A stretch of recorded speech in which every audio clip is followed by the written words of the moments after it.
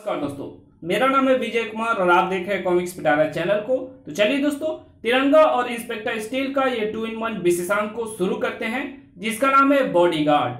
आप देख सकते हैं इसका कवर पृष्ठ कुछ इस तरह का है। ओके, देख सकते हैं। ओके, आम बच्चों की तरह खास बच्चों के दिन की शुरुआत स्कूल जाने से होती है। यह अलग बात है कि खास बच्चों को स्कूल तक छोड़ने के लिए जो लाव लश्कर होता है वो आम बच्चों के साथ नहीं होता। और ऐसा इसलिए होता है क्योंकि जो बच्चे खास होते हैं उनके माता पिता को उनकी सुरक्षा का डर सताता रहता है। और ये बात सही भी है। ये सब देखकर तो ऐसा ही लगता है, बाहर निकल नहीं तो गोली अंदर कर दूंगा। हम सीएम के बेटे को किडनैप कर रहे हैं। जो बीच में बोलेगा उसकी बोलती हमेशा के लिए बंद हो जाएगी। राजनगर जैसे शहर की सड़कों पर सरेआम अपराध हो तो किसी न किसी की उंगलियां 100 नंबर मिला ही देती है। और राजनगर में जब 100 नंबर मिलता है, ट्रिन ट्रिन ट्रिन, तो सक्रिय हो उठता है राजनगर पुलिस का वो सिपाही जिसके बारे में मशहूर है एक ही बात की वह अपराध रोकने तभी पहुंच जाता है जब अपराध हो रहा होता है। साए।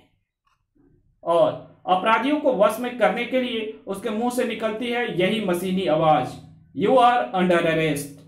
पुलिस, भून डालो इसे। अब एक किसे भूनने की कोशिश कर रहा है, वो हांड मांस का नहीं स्टील का बना हुआ है। इंस्पेक्टर स्टील है वो। Inspector steel. फिर तो भाग। नहीं भाग सकते। इंस्पेक्टर स्टील भागने नहीं देगा। देख, ओ नो, हम फंस गए। हमें फंसना नहीं है, नहीं तो गड़बड़ हो जाएगी। कैसे बचेंगे? सीएम का ये बच्चा हमें बचाएगा। ऐसे उसने बच्चे को आते हुए टेम्पो की तरफ उछाल दिया है। ऐसे में बच्चे को बचाने का सिर्फ एक मौका है, सिर्फ ये। ठक, लोहे से लोहा टकराया और एक हार्ड मांस के शरीर की चटनी बनने से बच गई। मैंने बच्चे को बचा लिया, लेकिन अपराधी भी बच निकले। प्यूं प्यूं। तभी सारा वातावरण सायरनों से गूंज उठा। सायरनों के बल पर जल्दी से जल्दी वहां पहुंचने वाली राजनगर की मुख्यमंत्री कला भारती थी। मेरा बच्चा, आपका बेटा सही सलामत है मैडम। थैंक यू इंस्पेक्टर, ये सब तुम्हारी वजह से हुआ है। मैं तुम्हें इसका भरपूर इनाम दूंगी। Thank you madam, it's my duty. लेकिन अपराधी मेरे हाथों से निकल गए। क्या आप बता सकती हैं कि वे कौन होंगे जिन्होंने आपके बेटे का अपहरण और हत्या करने की कोशिश की? अपोजिशन वालों के सिवा और कौन हो सकता है? अगले महीने होने वाले चुनाव में उनकी हालत बहुत खराब है। उनकी पार्टी मुंह के बल गिरेंगी, इसलिए वो मेरे बेटे का अपहरण कराकर या उसकी हत्या करके मुझे गहरा धक्का पहुंचाना चाहते हैं, ताकि मैं चुनाव में अपनी पार्टी का नेतृत्व ना कर सकूं। लेकिन अब मेरे बच्चे को कुछ नहीं होगा। तुम उसके बॉडीगार्ड बनोगे। मैं गृह मंत्रालय से इसकी परमिशन ले लूंगी। परमिशन ले ली गई। आज से तुम्हें सीएम साहिबा के बेटे की सुरक्षा में नियुक्त किया जाता है इंस्पेक्टर। ओके सर, मैं अभी से ही चार्ज ले लेता हूं। यह किसी के लिए गहरे सदमे की बात थी। सीएम भारती को बड़ा झटका देने का हमारा प्लान चौपट हो गया। इंस्पेक्टर स्टील के होते हम सीएम के बेटे का कुछ नहीं बिगाड़ सकते। जो हम करना चाहते हैं वो जरूर होगा। बीच में इंस्पेक्टर स्टील आ गया तो क्या हुआ? अब तैयारी इंस्पेक्टर स्टील के हिसाब से होगी। इंस्पेक्टर स्टील की तैयारी। फायर, एक खतरनाक रॉकेट का वो हमला ठीक सफलता के कगार पर था।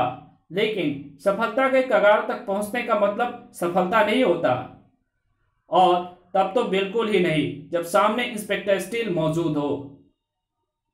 बड़ूम, एक तेज धमाके ने वहां के वातावरण का कलेजा हिला दिया। लेकिन उस बच्चे का बाल भी बाका नहीं हुआ। वो अपने बॉडीगार्ड के हाथों में महफूज था। उस खबर को अखबार की सुर्खियां बनना ही था। राजनगर के मुख्यमंत्री के बेटे पर दूसरा हमला। राजनगर सीएम का बेटा इंस्पेक्टर स्टील की वजह से 2 बार बाल बाल बचा। इस खबर ने दिल्ली में मौजूद इस आदमी के दिलो दिमाग में खलबली मचा दी थी। उफ, ये क्या हो रहा है? अच्छा नहीं हो रहा है ये। मुझे इस बारे में उससे बात करनी होगी अभी। उसने फोन मिलाया।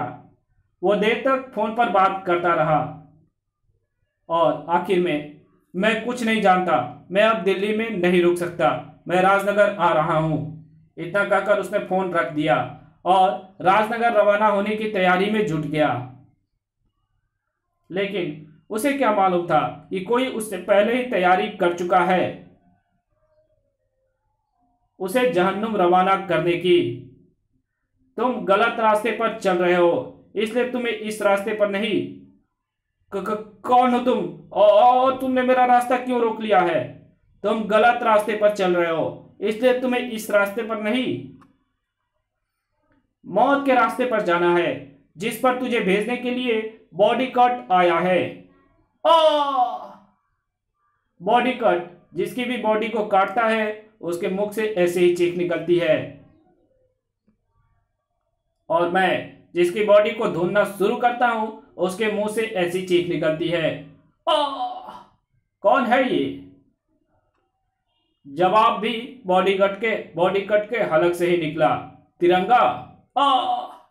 जी हाँ, नाचीज को तिरंगा ही कहते हैं। दिल्ली शहर को अपराध मुक्त करने का जिसका सपना है, और यह सपना तब तक पूरा नहीं हो सकता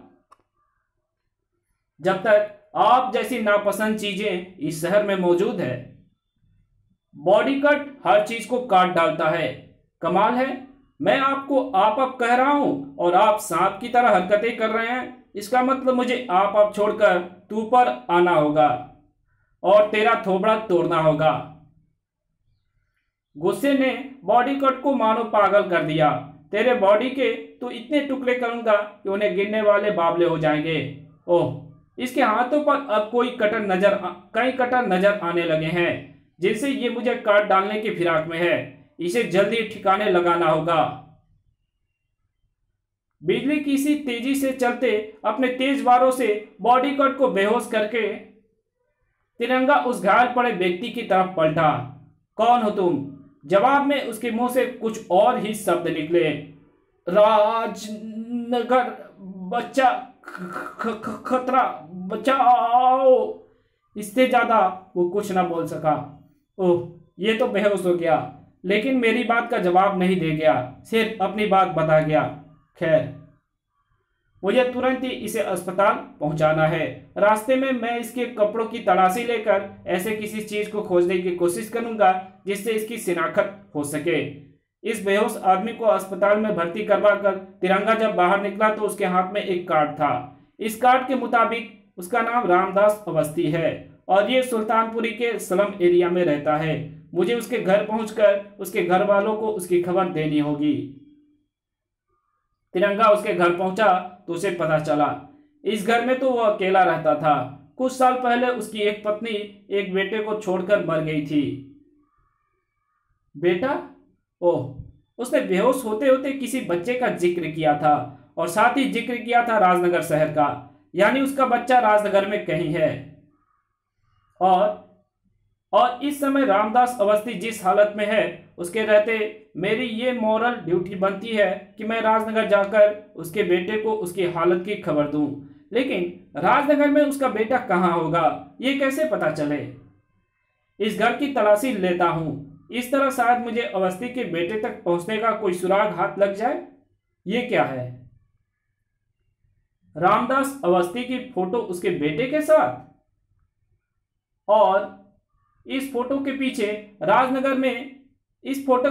राजनगर के किसी फोटो स्टूडियो का एड्रेस है। फोटो की हालत बता रही है कि इसे खींचे ज्यादा दिन नहीं हुए हैं। इसका मतलब अगर मैं राजनगर जाकर इस फोटोग्राफर से संपर्क करूं तो शायद मैं अवस्थी के बेटे को ढूंढ सकता हूं। दिल्ली का वह रक्षक एक समस्या लेकर राजनगर की तरफ रवाना हो रहा था,